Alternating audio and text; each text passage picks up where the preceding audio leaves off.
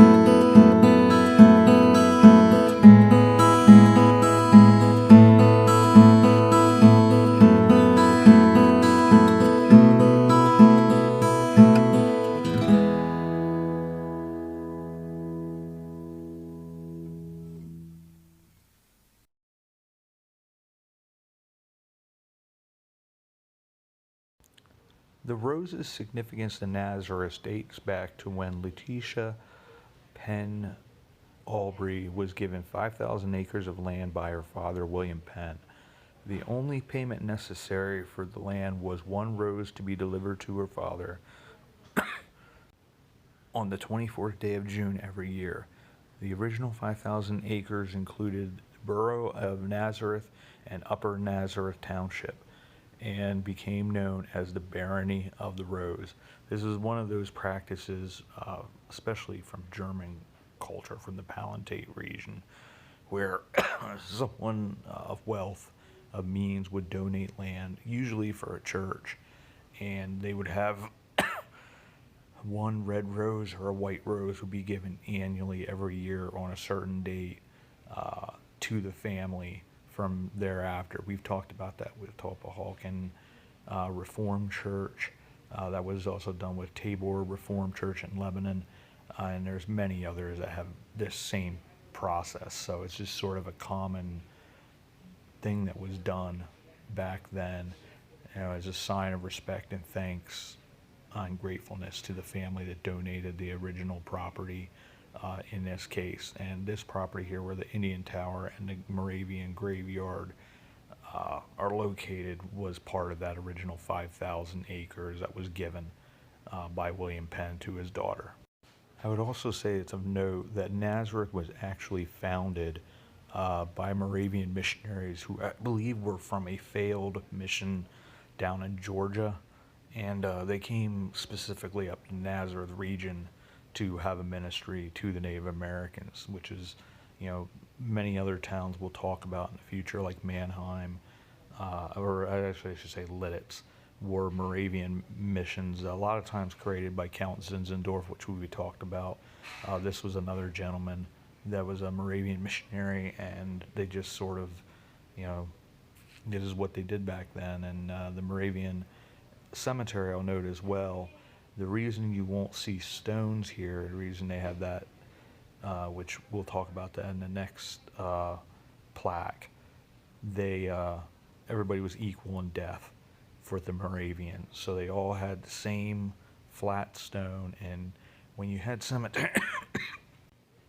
cemeteries that had flat stones from back then, the stones aged much more quickly, broke down. Probably a number of the stones are still there underneath, but probably completely impossible to read. But we visited several Moravian cemeteries that are like that. And that's just how they did things. The men and boys on one side, women and girls on the other side, like they did with their services. So this is a unique cemetery. There are some Native Americans buried there. It's a pretty cool place.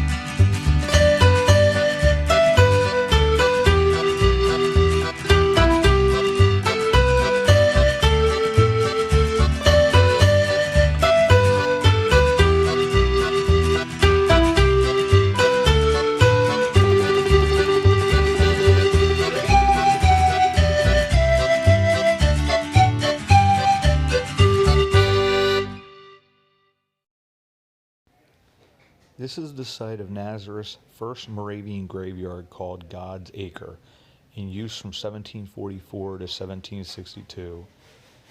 It was thought to be the burial ground of the Indians from the nearby village of Welligamika. There are actually only 4 Indians buried here. Robert Haas created this American marble monument, which is the white marble monument you'll see in pictures. It's dedicated by the Moravian Historical Society in 1867, at the same time as the original pavilion was here.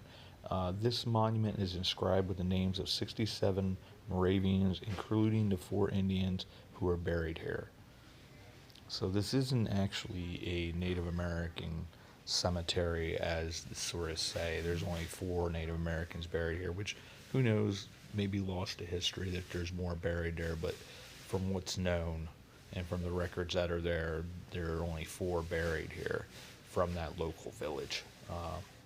And it was sort of common practice that Native Americans that either had become Moravians or even just local Native Americans were buried in the Moravians. The Moravians got along usually pretty well, better than probably anybody with the Native American tribes, and made the most effort to actually talk to them and get along. So it was just sort of how things happened back then.